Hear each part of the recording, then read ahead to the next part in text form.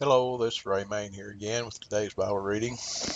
Today we're going to do in the book of Job. This has been different, hasn't it? Sometimes reading one chapter, sometimes two. Today we're going to have to read three. I couldn't find a logical way to separate these without being confusing. So we're going to read three chapters today. So bear with me, okay?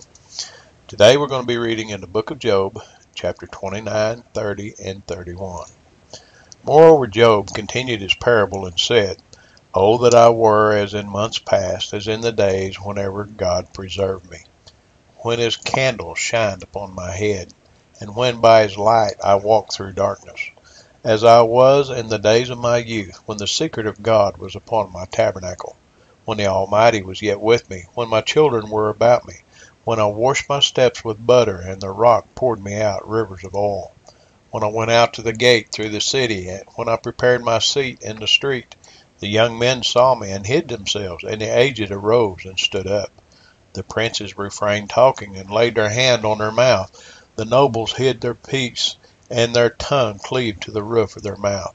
When the ear heard me, then it blessed me, and when the eye saw me, it gave witness to me, because I delivered the poor that cried, and the fatherless, and him that had none to help him. The blessing of him that was ready to perish came upon me, and I caused the widow's heart to sing for joy. I put on righteousness, and it clothed me. My judgment was as a robe and a diadem. I was eyes to the blind, and feet was I to the lame. I was a father to the poor, and the cause which I knew not I searched out. And I brake the jaws of the wicked, and plucked the spoil out of his teeth. Then I said, I shall die in my nest, and shall multiply my days as the sand. My root was spread out by the waters, and the dew lay all night upon my branch. My glory was fresh in me, and my bow was renewed in my hand. Unto me men gave ear, and waited, and kept silence at my counsel. After my words they spake not again, and my speech dropped upon them. And they waited for me as for the rain, and they opened their mouth wide as for the latter rain. If I laughed on them, they believed it not, and the light of my countenance they cast not down. I chose out their way, and sat chief, and dwell as a king in the army, as one that comforteth the mourners. But now they that are younger than I have me in derision, whose fathers I would have disdained to have set with the dogs of my flock. Yea, whereto might the strength of their hand profit me, in whom old age was perished? For want and famine they were solitary, fleeing into the wilderness, in former time desolate and waste. Who cut up mallows by the bushes, and juniper roots for their meat? They were driven forth from among men. They cried after them as after a thief. To dwell in the cliffs of the valleys, in caves of the earth, and in the rocks. Among the bushes they brayed, under the nettles they were gathered together. They were children of fools, yea, children of base men.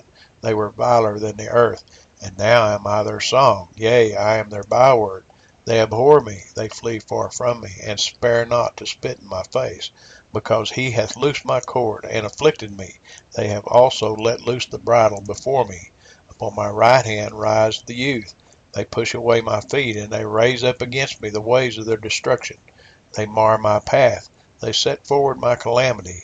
They have no helper. They came upon me as a wide breaking of waters. In the desolation they roll themselves upon me. Terrors are turned upon me. They pursue my soul as the wind, and my welfare passeth away as a cloud. And now my soul is poured out upon me.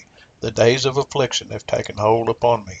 My bones are pierced in me in the night season, and my sinews take no rest. By the great force of my disease is my garment changed. It bindeth me about as the collar of my coat. He hath cast me into the mire, and I am become like dust and ashes. I cry unto thee, and thou dost not hear me. I stand up, and thou regardest me not. Thou art become cruel to me. With thy strong hand thou opposest thyself against me. Thou liftest me up to the wind. Thou causest me to ride upon it, and dissolvest my substance. For I know that thou wilt bring me to death, and to the house appointed for all living. Howbeit he will not stretch out his hand to the grave, though they cry in his destruction. Did not I weep for him that was in trouble? Was not my soul grieved for the poor? When I looked for good, then evil came unto me, and when I waited for light, there came darkness. My bowels boiled and rested not. The days of affliction prevented me. I went mourning without the sun. I stood up and I cried in the congregation. I am a brother to dragons and a companion to owls. My skin is black upon me, and my bones are burned with heat. My harp also is turned to mourning, and my organ into the voice of them that weep. I made a covenant with mine eyes. Why then should I think upon a maid? For what portion of God is there from above, and what inheritance of the Almighty from on high? Is not destruction to the wicked, and a strange punishment to the workers of iniquity? Doth not he see my ways, and count all my steps? If I have walked with vanity, or if my foot hath hasted to deceit, let me be weighed in an even balance, that God may know mine iniquity. If my step hath turned out of the way, and mine heart walketh after mine eyes, and if any blot hath cleaved to mine hands, then let me sow, and let another eat. Yea, let my offspring be rooted out.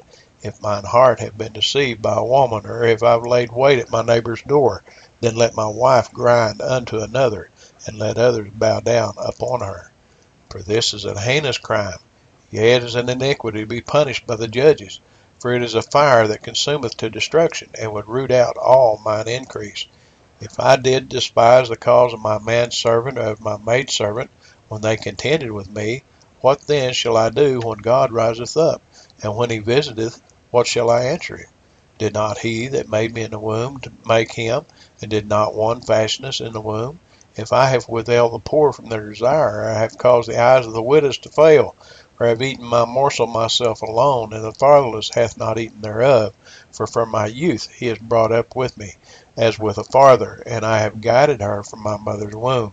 If I have seen any perish for want of clothing, or any poor without covering, if his loins have not blessed me, and if he were not warmed with the fleece of my sheep, I have lifted up my hand against the fatherless when I saw my help in the gate.